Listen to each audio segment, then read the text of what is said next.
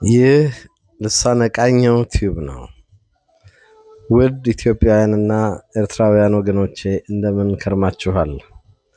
እነሆ ዛሬ ክፍል 3ን ይዤላችሁ ቀርቤያለሁ። በዚህ ክፍል የማቀርብላችሁ ቃኘው በኮሪያ ልሳነ ምድር የኢትዮጵያ ተዋጊዎች ታሪክ ክፍል የመጽሐፉ ሁለተኛ እንግሊዝኛ እትም ለምን እንዳስፈለገ ግሪካዊ ደራሲ ኪሞን ስከርለስ ያቀረበውን ዝርዝር ይሆናል። በዚህ አጋጣሚ ለፕሮግራሙ ዝግጅት በጥራት መቅረብና ሌሎችም ተዛማጅ ምክንያቶች የተነሳ ከዚህ ሳምንት ጀምሮ በሳምንት 2 ቀናት ሰኞ እና አርብ ብቻ በተለመደው ሰዓት የምቀርብ መሆኔን ከይቅርታ ጋር በትህትና አስታውቃለሁ። ቃኘው ታትሞ ከወጣ ጥቂት ጊዜ ቆይቶ ግርማዊ ንጉሠ ነገሥት ቀዳማዊ ኃይለ ሥላሴ የተባበሩት የአሜሪካ መንግስታት ካናዳና ሜክሲኮን ጎበኙ። የንጉሠ ነገሥቱ የአሜሪካ ክፍለ ዓለም ጉብኝት የራሱ ታሪካዊ ግጥምጥሞሽ አለው። ግርማዊ ንጉሠ ነገሥት ቀዳማዊ ኃይለ ሥላሴ በዚህ ክፍለ ዓለም የጋራ ደህንነት ወይም ኮሌክቲቭ ሴኩሪቲ መርሆ የመጀመሪያው ጠበቃ ተደርገው የሚታዩ ናቸው። ስለዚህም ነው ጉብኝታቸው የደመቀ አቀባበል የነበረው። የግርማዊነታቸው የጉብኝት ወቅት በዚህ የጋራ መከላከያ መርሆ አፈጻጸም ነፃው ዓለም በህብረት ሆኖ በኮሪያ የተዋጋበትና በውጤቱም የረካበት አጋጣሚ ላይ ነበር። እናም ለንጉሠ ነገሥቱ ያ ሁሉ ሽርጉድ ንጉሥ ስለነበሩ ብቻም አልነበረም። ለማንነታቸው ለሀገራቸውና ለህዝባቸው የተሰጠ የሚገባ ክብር ነበር። በ1936 በመንግስታቱ ህብረት ፊት የተፈጸመው አቀባበል ግን እንዲህ አልነበረም። በዚህ የጉብኝታቸው አጋጣሚ በቺካጎ ከሚታተሙ ተወዳጅ ጋዜጦች የአንዱ ርዕሰ አንቀጽ እንዲህ ሲል ጽፎላቸዋል። እጠቅሳለሁ። ቺካጎ እስከዛሬ ካስተናገደቻቸው ነገስታት ሁሉ በታሪካቸውም ሆነ በጀግንነታቸው እኚህ ንጉሥ ላይ የሚደርስ የለም። የጥቅሱ መጨረሻ። ግርማዊ ንጉሠ ነገሥት ቀዳማዊ ኃይለ ሥላሴ በፕሬዝዳንት አይዘናወር እና በባለቤታቸው ሚስስ አይዘናወር የ7 ቀናት ኦፊሴላዊ ጉብኝት ተጋብዘው ግንቦት 26 ቀን 1954 ዋሽንግተን ዲሲ ገቡ። በመናገሻዋ ዋሽንግተን በቆዩበት ጊዜ የአሜሪካንን ኮንግረስ ሲጎበኙ በቀጥታ የቴሌቪዥን ስርጭት ቀርበዋል። የከተማዋን ታሪካዊና ባህላዊ ስፍራዎች ተዘዋውረው ጎብኝተዋል። ከሃዋርድ ዩኒቨርሲቲ የክብር ዶክትሬት ዲግሪ ተቀብለዋል። ሰኔ 1 ቀን ግርማዊነታቸው በኒውዮርክ የሚገኘውን የተባበሩት መንግስታት ዋና ጽሕፈት ቤት ጎብኝተዋል። የዛሬ 18 ዓመት ለዚሁ ተመሳሳይ የዓለም ተቋም ስለ ፋሽስት ኢጣሊያ የግፍ ወረራ ቤቱታ ሲያቀርቡ እንደተስተናገዱት ግን አልነበረም። ኒውዮርክ የተቀበለቻቸው የንጉሠ ነገሥቱን መንፈስ ያረካ ነበር።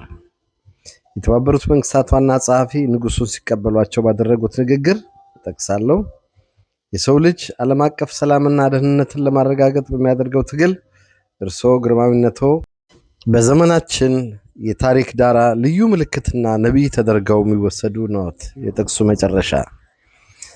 ከዚህም በማስከተል ሚስተር ሃመርሾልድ የንጉሠ ነገሥቱንና የኢትዮጵያን ሕዝብ ለተባበሩት መንግስታት ጥያቄ በጎ ምላሽ በመስጠት ወታደሮቻቸውን ወደ ኮሪያ ጦር ግንባር በመላካቸው አመስግነዋል። በሚቀጥለው ቀን ግርማዊነታቸው ከኒውዮርክ ከተማ ለብሔራዊ ጀግኖችና እጅግ ከፍተኛ ዝና ላላቸው ውጭ ዜጎች ብቻ በሚያገኙት የአቀባበል ደረጃ በተዘጋጀላቸው ግብዣ ላይ ተገኙ። ንጉሠ ነገሥቱ በግልጽ መኪና እየታዩ በዋናው ኒውዮርክ አደባባይ ሲጓዙ ከሚሊየን በላይ ህዝብ ግራና ቀኝ ተሰልፎ የእንኳን ደህና መጡ አቀባበል አድርጎላቸዋል። በኒውዮርክ የሚገኙ ቤተክርስቲያኖች ሁሉ ደወል ሲደውሉ ካህናት ለክብራቸው ወደ መሬት ዝቅ ብለዋል። በዚያን ዕለት ንጉሠ ነገሥቱ በሰጡት ጋዜጣዊ መግለጫ ውጤታማ የሆነ የኮሚኒስቶች ተጽዕኖ በኢትዮጵያ የለም ብለዋል። በመካከለኛውና በደቡብ ምዕራብ አሜሪካ ግዛቶች የሚኔሶታና ኦክላሃማ የግብርና ኮሌጆችን ጨምሮ ንጉሠ ነገሥቱ በርካታ የአሜሪካን ዩኒቨርሲቲዎችን፣ ሞዴል እርሻዎችን፣ የስጋ ማሸጊያ ኢንዱስትሪ፣ የመኪና ፋብሪካዎች፣ የውሃ ኃይል ማመንጫዎችን ጎብኝተዋል። የንጉሠ ነገሥቱ ዋና ጉዳይ ወጣት ኢትዮጵያውያን በዘመናዊ ስልጣኔና ትምህርት የመታነጻቸው ነገር እንደመሆኑ እዚህ ሀገር መጥተው እውቀት ቀስመው ሀገራቸውን የሚያገለግሉበት ሁኔታ አጥብቀው ያስቡ ነበር። ግርማዊነታቸው አሜሪካን የጎበኙት ለሁለት ነገር ነው፣ ለመዝናናትና ትምህርት ለማግኘት። ያም ሆኖ ንጉሱ ከምንም አበልጠው የፈለጉት እዚህ የሰለጠነ ሀገር ያዩትንና የተረዱትን ኢትዮጵያም ልትጠቀምበትና ልታድግበት የምትችልበትን ሁኔታ እውን ማድረግ ነው። ግርማዊ ንጉሠ ነገሥት ቀዳማዊ ኃይለ ሥላሴ የኢትዮጵያን ጥቅምና ፍላጎት ከማስጠበቅ አንጻር ከማንም መሪ በላይ መስራታቸው አይጠረጠርም። የግል መስህባቸውና ግርማ ሞገሳቸው የሚናገረው ይህንኑ የመሪነት ብቃታቸውን ነው። ቀና ፍትሐዊና ትሁት ስብዕና ያላቸው እኚህ ንጉሠ ነገሥት በዓለም አቀፍ ጉዳዮች የሀገራቸውን ስም ግንባር ቀደም አድርገውታል። ግርማዊነታቸው በፓሲፊክ ዳርቻ የሚገኝ አንድ በጡረታ የተገለሉ ወታደሮች የሚታከሙበትን ሆስፒታል ሲጎበኙ በኮሪያ ጦርነት የዘመቱና የቆሰሉ ወታደሮች አሜሪካውያን አጋጥመዋቸዋል።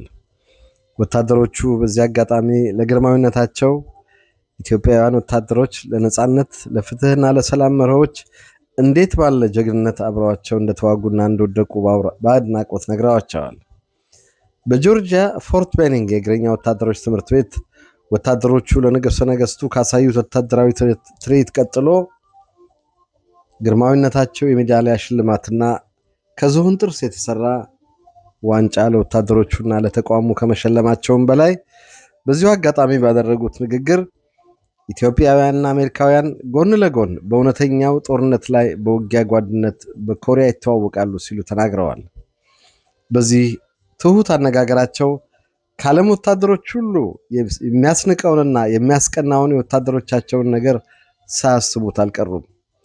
የቃኘው ግንባር ከተጠቃ የቃኘው ወታደሮች እጅ ከመስጠት ሞትን ይመርጣሉ። አንዱም እጁን አልሰጠም። ኢትዮጵያ ዛሬ ለተባበሩት መንግስታት የጋራ ደህንነት መርሆ ጠንካራ አቋም ካላቸው ግንባር ቀደም ሀገሮች አንዷ ናት። የንጉሠ ነገሥቱን ቃል በቀጥታ ለመጥቀስ ከተፈቀደልኝ ኢትዮጵያ የመንግስታቱ ማህበር አባል ብቻ ሳትሆን ለውሳኔዎቹም ተፈጻሚነት በቁርጠኝነት ከቆሙት መሃል አንዷ ናት። ለዚህም ነው ኢትዮጵያ ከተኩስ ማቆሙ ስምምነት በኋላ አራተኛ ቃኘውን ለሰላም ጥበቃ በኮሪያ ምድር ያስቀመጠችው። እነዚህ ወቅታዊ የዓለም ሁኔታዎች ካደረሱት ተጨባጭ ተጽዕኖ በተጨማሪ ስለ ኢትዮጵያ በዓለም መድረክ እየገዘፈ መምጣት የንጉሠ ነገሥቱ የአሜሪካና የአውሮፓ ጉብኝትና የጉብኝታቸውን በየሀገሩ የደመቀ ክብር አቀባበል ዜና በየሜዲያዎቹ መሆን ይህ መጽሐፍ እንደገና እንዲታተም ምክንያት ሆነኝ። የመጽሐፉ የመጀመሪያ እትም በየመጽሐፍት ቤቶችና የትምህርት ተቋማት መወደድ ለዚህ የእንደገና ህትመት ተጨማሪ ምክንያት ሆነ። ቃኘው ኢትዮጵያንና ሕዝቧን ለዓለም ለማስተዋወቅ ተስፋ የተጣለበት መጽሐፍ ሆኗል። ይህ ሁለተኛው እትም ከመጀመሪያው እትም የለወጠው አንዳች ነገር የለም። የጨመረው ቢኖር በመጀመሪያው እትም ላይ ያልነበረውን የአራተኛ ቃኘው ሻለቃ ታሪክ ብቻ ነው።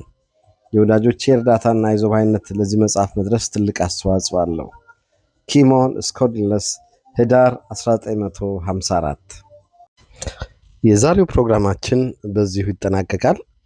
በጥሞና ስላዳመጣችሁኝ አመሰግናለሁ። ይህ ፕሮግራም ለሌሎች እንዲዳረስ ሼር እና ላይክ ማድረጋችሁን እንዳትረሱ አደራላለሁ። በአርብ ፕሮግራም እስክንገናኝ ሰላም ክረሙልኝ።